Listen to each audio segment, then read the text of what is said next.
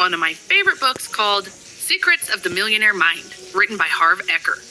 The most interesting part of the book for me was the part where the author talks about the 17 key differences between rich people and poor people. The first difference, rich people think big, poor people think small. Have you ever been grocery shopping and spent several hours in several stores so that you can find the cheapest groceries to save 50 or 60 cents? Or have you been waiting in line for an hour so that you can get a free hamburger? If you have done this, then you have a poor person mentality. I'm sorry to say that, but let me explain. Of course, it is not a bad thing to save money while you are shopping, but this changes when it comes to how much you will save compared to the time you will spend for that saving. If you spend 1 hour to find the cheapest oranges so that you can save 60 cents, then the value of your 1 hour is 60 cents. Compared to this, rich people don't care about saving 60 cents.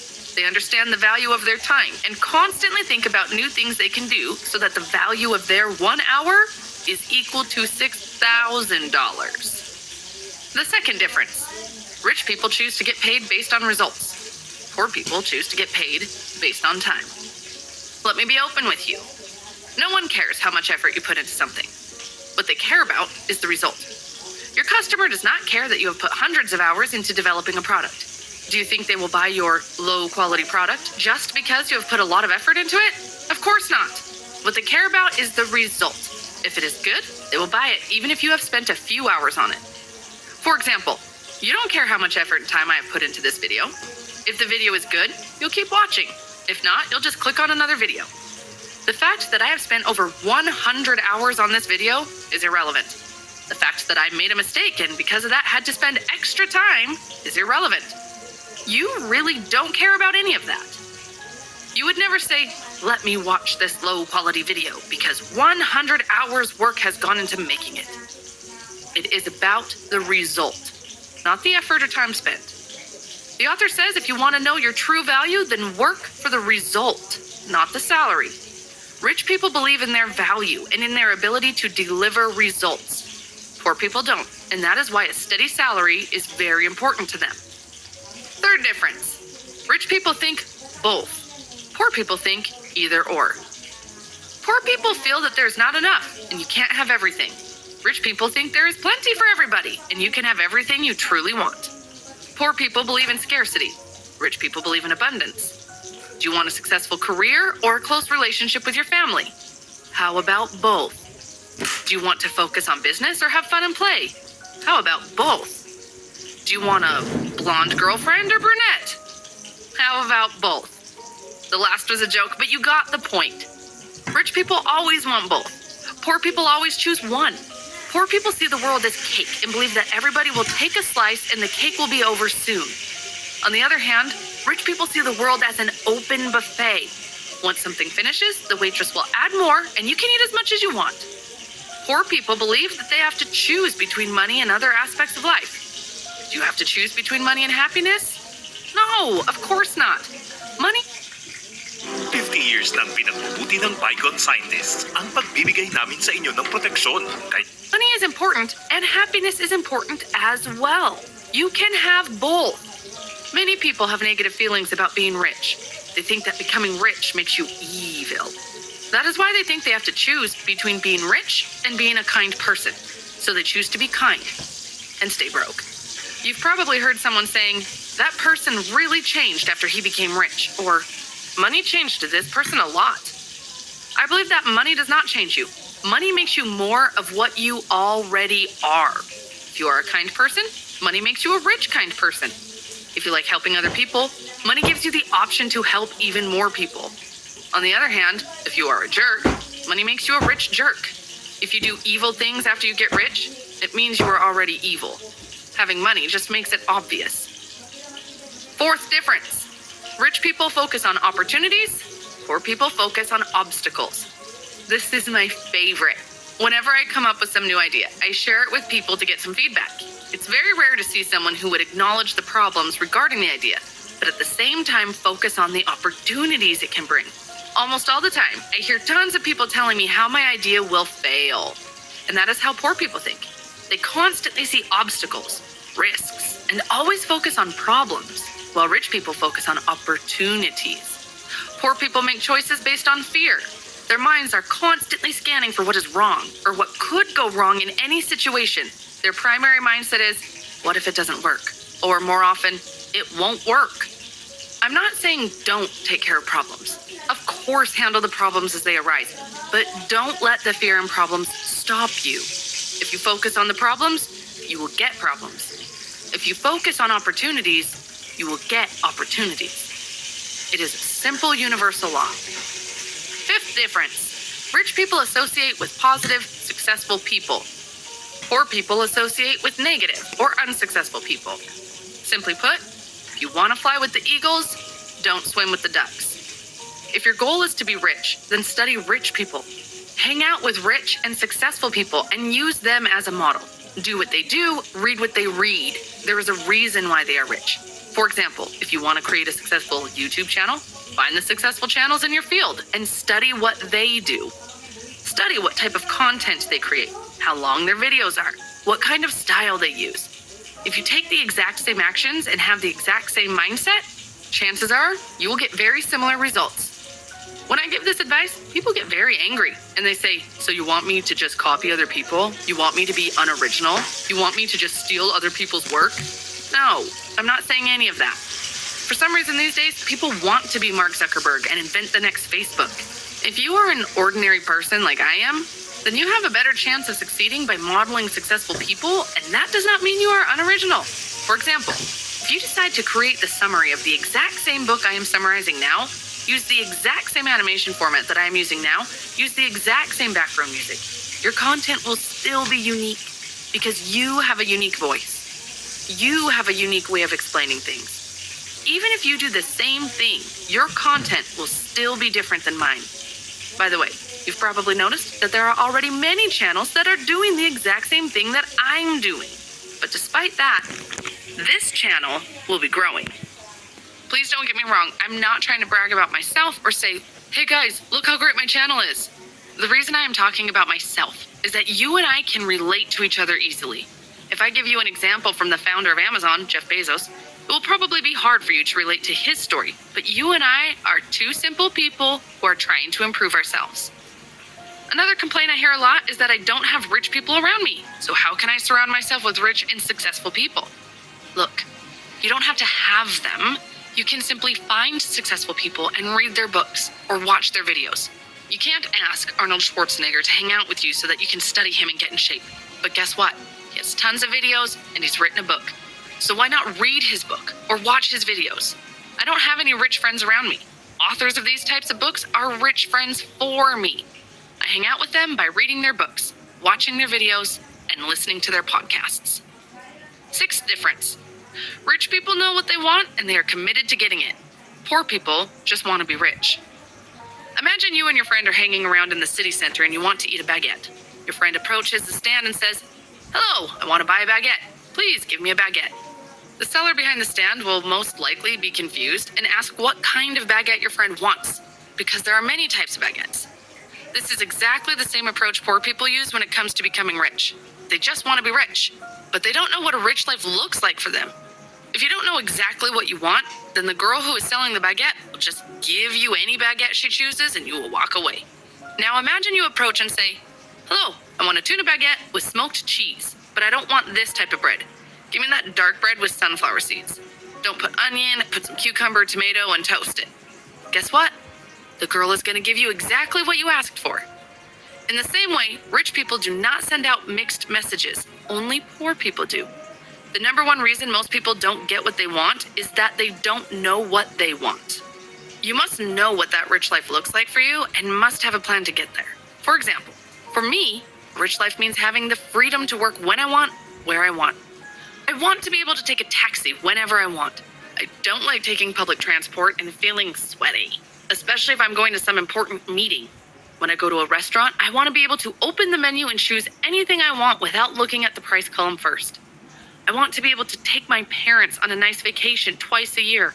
I want to be able to help people around me when they are having financial difficulties. I want to be able to wake up at 11 a.m. on Tuesday and go for a walk in the park. I want to be able to go to the gym in the middle of the day and come back whenever I feel like it. This is my rich life, and I have a plan on how to get there. Difference number 7. Rich people are willing to promote themselves and their values. Poor people think negatively about selling and promotion. Let me explain it this way. If you had a cure for some type of disease, would you hide it from a person that was suffering from it? I don't think so. In the same way, if you believe that what you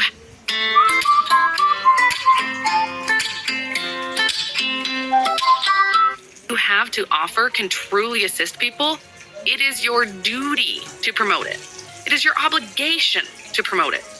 By not promoting it, you're actually doing a disservice to people. Maybe the product you're selling is the product that can change my life, but if you're not promoting it, then I'm losing the chance to change my life. Resenting promotion is one of the greatest obstacles to success. People who have issues with selling and promotion are usually broke. How can you create a large income in your business if you aren't willing to let people know about your product or service? Whatever work you are doing, you need to be good at selling and promotion. Almost every aspect of our life involves selling. For example, when you are trying to convince your partner to go to a restaurant instead of shopping, you are selling. When you are trying to convince your daughter to study, you are selling. In fact, right at this moment, I am selling. I am selling you my video, and you are paying for it with your time. You are paying with minutes from your life, and I'm not ashamed of selling you my video. I am not ashamed to promote it and ask you to hit the like button and subscribe, because I know that ideas from these types of books can really help you to change your mindset. Difference number 8. Rich people believe I create my life. Poor people believe life happens to me. If you want to create wealth, it is important that you believe that you are the one behind the wheel. Poor people travel through life as a passenger. On the other hand, rich people always sit behind the wheel. Did you ever notice that it's usually the poor people who spend a lot of money playing the lottery? They actually have high hopes that someone will simply try picking their name out of a hat and provide them with money and eventually will cause them to become rich. Ecker says poor people also justify their situation. They say things like, money is not important, happiness and love are important. This kind of comparison is not correct. Let me ask you a question. Is your leg important or your arm? You're probably saying, what kind of a dumb question is that? Of course both of them are important. You're absolutely right. Both of them are important in the same way money and happiness are both important. Money and love are both important. Food and water are both important. Poor people also blame others. It's never their fault. It's always the fault of others. They always act like victims. I have 2 cousins who grew up in the same village, went to the same school, had the same teachers, and both had poor parents. Today, one of them is very successful, and the other one is not. And the most interesting part is that both of them use the same reasons for their current situation. Poor cousin blames the bad education system, poor parents, government, and the system for his failure. On the other hand, rich cousin used the same reasons to become successful. He said, I knew that the school system was bad and my parents were poor, and because of that, I started to educate myself and learn new things. He doesn't blame anyone or anything. Another reason the poor are poor is that they complain. When people complain, they focus on what's wrong with their life. What you focus on expands, so they keep getting more of what's wrong. Difference number 9. Rich people manage their money well, and poor people mismanage their money. Money is just a tool, like your computer or telephone, which requires you to learn how to use it. We spend many hours learning how to use the computer, but when it comes to money, people ignore this simple fact and don't want to pick up a book and learn how money functions and how to manage it. To me, this one is crazy because money is something we sell our life for by working 9 to 5 every week. But when it comes to learning how to manage it, so many people fail. With the amount poor people complain about their financial situations, you would think it would make sense to learn the basics of money. But that is almost never the case. Rich people are not any smarter than poor people. They just have different and more supportive money habits. To master money, you must manage money. Saying, I'll start managing my money as soon as I have money, is like an overweight person saying, I'll start exercising and dieting as soon as I lose 20 pounds. First, you start properly handling the money you have. Then you have more money to handle. If your son can't even handle and maintain his bike, would you buy him a car? Of course not. The same logic applies to the universe and you. The universe says, until you show you can handle what you've got, you won't get any more. The author says even if you borrow money to live, you still need to learn how to manage that money. The more important thing is to exercise the money management muscles so that it becomes a habit. Building the habit first is very important. For example, if your goal is to go to the gym every morning so that you can do squats with 100 kilos, you first need to learn how to lift a 1 kilo blanket before lifting a 100 kilo weight. If you don't have the habit of lifting the blanket and getting out of bed, then there is no way you would reach your goal. To manage your money well, the author recommends creating 5 accounts: an investment account, a play account, an education account, a give account, and an expense account. You have to put 10% of your after-tax income into your investment account. That is the account that is going to create the goose that lays the golden eggs. Ecker recommends also putting an equal amount, 10%, into your play account. Money in the play account must be spent at the end of the month on fun activities. You should spend this money in a way that helps you feel rich and happy. If you always keep saving, eventually the part of you that seeks fun will sabotage your other accounts. Difference number 10. Rich people are bigger than their problems. Poor people are smaller than their problems. The secret to success is not to try to avoid or get rid of your problems. The secret is to grow yourself so that you are bigger than any problem. It doesn't matter if you're rich or poor, you're going to face problems. The size of the problem is never the issue. What matters is the size of you. The bigger the problems you can handle, the bigger the business you can handle. The bigger the responsibility you can handle. The more employees you can handle, the more money you can handle. The things we call problems are actually only situations. We make them a problem. Respectively, some people make it a problem, others don't even get affected. How can it be that the exact same situation is a problem for one, but not for another? It depends on the person. It depends on you. You might get fired and depressed all day and complain, or you can use your free time to create your own business. Difference number 11. Rich people are excellent receivers. Poor people are poor receivers. A poor receiver is a person that cannot receive well. And what do we receive? We receive praise, compliments, money, gifts, and many other things. Many of us have trouble receiving such things. The author says that we are conditioned that way. We grew up and heard things like, "That's wrong. You're not making it right. What did you do?"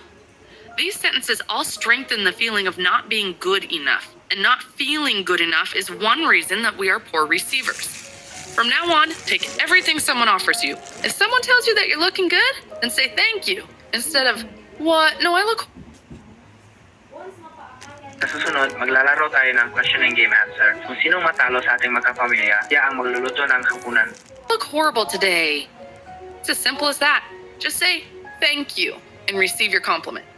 Ecker says, "It's funny. When I was broke and I saw a penny on the ground, I would never bend so low to pick up a penny. Now that I'm rich, however, I pick up anything that even looks like money. Then I give it a kiss for good luck and declare out loud, 'I am a money magnet. Thank you, thank you, thank you.'" Difference number 12.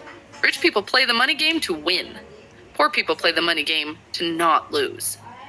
In sports, teams that strictly play defense and have no offense have a hard time winning. Unfortunately, most people play the money game on defense, where their primary concern is survival instead of wealth and abundance. Poor people want to have enough money to pay bills. The intention is a very important thing, and when your intention is to have enough money to only pay the bills, guess what? That's exactly how much you'll get. Nothing more. You have to aim high. You must shoot at the stars so that you can at least hit the moon. The author says if your goal is to be comfortable, chances are you'll never get rich.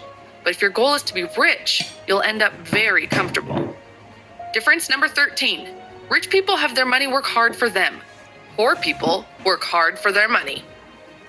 Ecker says, "I agree that you do have to work for your money, but for rich people, this situation is only momentary. For poor people, it's unending. Rich people believe that for your money to work hard and take your place, you have to work hard first. They also know that the more your money works, the less amount of work you will have to do. The first objective should be to become financially free as soon as possible." Ecker defines financial freedom in a simple way.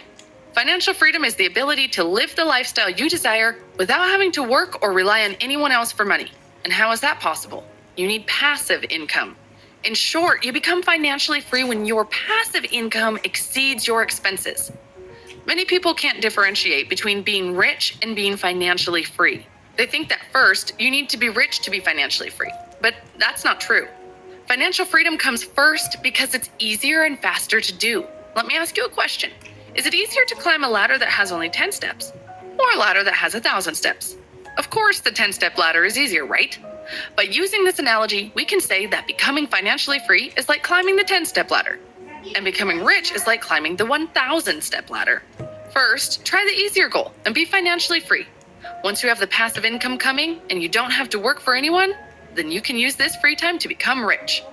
Ecker says in his seminar, one of the students realized that if she simply rented her flat and moved to a cheaper place, her passive income from the rent would be enough to cover all her expenses.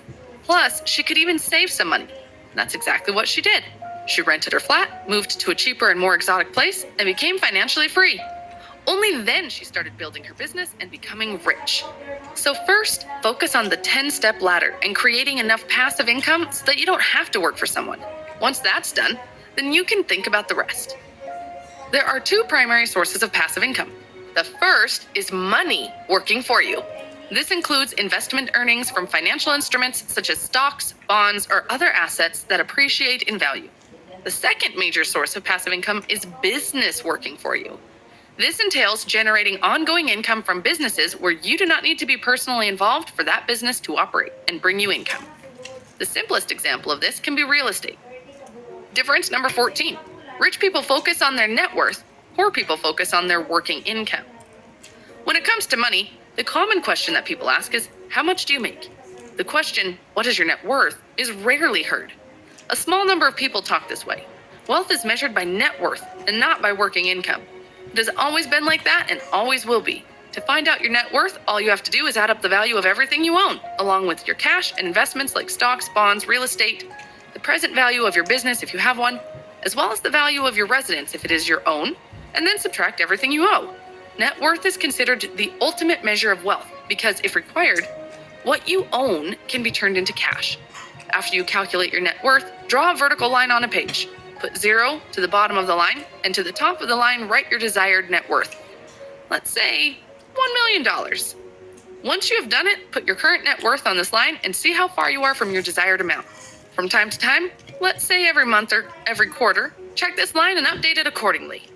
Even if right now you are at 0 or in the minus, I would still recommend doing this exercise because what gets tracked gets improved. Difference number 15. Rich people act despite fear. Poor people let fear stop them. In the book, Ecker talks about the manifestation formula. According to this formula, thoughts produce feelings, feelings then lead to actions, and actions lead to results. For example, you think about a donut, then it creates a feeling of craving for the donut, and then you stand up and go to the shop to buy a donut. If this process constantly repeats, you gain weight. Thoughts and feelings are part of your inner world. Becoming overweight is part of your outer world. Action is the bridge between the inner world and the outer world. If there is no action, then your thoughts and feelings about being rich are useless. Many people read these types of books to be rich, but most of them don't take action and apply what they learned. It's not about how many books you read. It's about how many books you apply in real life. Reading but not taking action is like watching the picture of the girl you like on Facebook all day instead of going and talking to her face to face. If action is such an essential role in achieving success, then what is keeping us from taking these actions? Fear. Fear, doubt, and worry are the most common barriers, not only to success, but also to happiness. One of the biggest differences between rich and poor people is that the rich are still willing to act even if they feel fear, even if they are uncomfortable. Poor people, on the other hand, allow fear to stop them. They don't want to feel uncomfortable. If you are only willing to do what is comfortable, life will be uncomfortable. But if you are willing to do what's uncomfortable, life will be pretty comfortable. Fear and discomfort should not stop you. Fear is a product of the mind. Your mind is a fear detector, not a success detector. The moment you start doing something uncomfortable, your mind will show you tens of horrible cases to stop you. Our mind is the greatest horror script writer. Training and managing your own mind is the most important skill you could ever own. If you want to learn how to control your mind, I would recommend starting to meditate and reading a book called The Power of Now, which I have also summarized on this channel. There is also a video about managing your fears, which I covered when I was summarizing the book called The Magic of Thinking Big by David Schwartz. I will put links into the description for both videos. Difference number 16. Rich people constantly learn and grow. Poor people think they already know. Ecker says that the 3 most dangerous words are, I know that. The question is, how do you know that you know something? Here's the answer. If you live it, you know it. Otherwise, you heard about it, you read about it, or you talk about it, but you don't know it. Frankly, if you are not rich and happy, there's a good chance that there's still a lot of things you can learn about money, success, and life. Consider this. If you're not as successful as you'd like to be, there's something you don't know. If you are not rich, it means that there are a lot of new things that you need to learn and apply. If you keep doing what you've always done, you'll keep getting what you have always got. Difference number 17. Rich people admire other rich and successful people. Poor people resent rich and successful people. When I was in high school, there was a very rich man, and whenever I saw him passing through our neighborhood with his new Mercedes, I could hear many negative stories about his luxurious life. Whenever I asked around if they knew what he did for a living, no one was able to give me a precise answer, but almost everyone assumed that what he was doing was some criminal work and that he was evil. Several years later, I had a chance to talk to this person when I was doing my internship, and I learned that most of his childhood had passed in poverty, which motivated him to work harder, and eventually he became a CEO. After knowing this person and hearing his life story, I realized that poor people often look at other people's success with resentment, jealousy, and envy. This was the last difference. Please put your favorite idea or lesson from this video into the comment section. If this video helped you even just a little bit, don't forget to hit the like button. It helps the channel a lot and motivates me to summarize more books. Thanks for watching.